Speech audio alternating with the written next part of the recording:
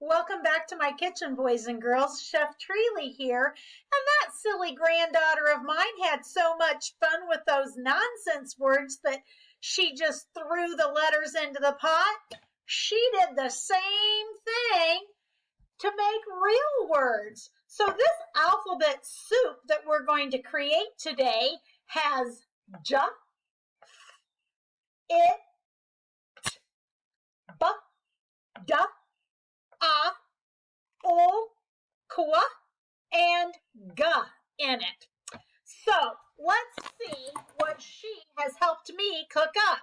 We've got the recipe, right? All those letters stirring, stirring, stirring. All righty, here we go. It did create a word. Our word is fog. Fog. You know, boys and girls, sometimes we have a fog delay at school when we can't get there because we can't see. All righty, here we go. Let's pull something out of the pot. Oh, how exciting is that? Job.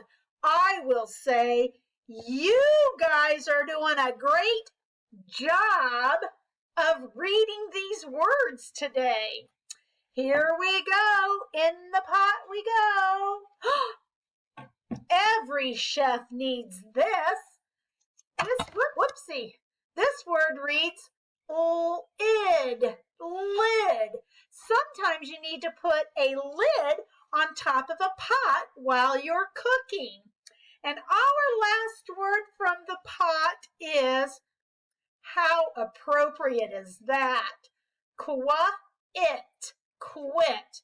You know what, boys and girls? I know that reading can be kind of hard sometimes, but you have not quit. I'm so very proud of you. Now, out of the oven came more sentences. I pulled it out a while ago so it wouldn't be so hot this time. So here is our sentence. Actually, we have two. And you know how it is, boys and girls, when you get to the end of the line and there's nothing there, you track back and read the bottom part. So let's see if we can do this together. I think, you know what? This word is out. Out you go. Maybe mom or dad has said that to the dog. Here we go. Ready?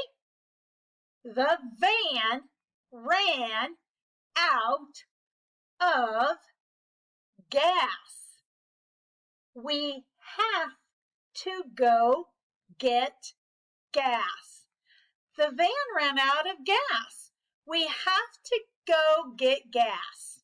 All righty, and our sight words in there were, or are, of and have.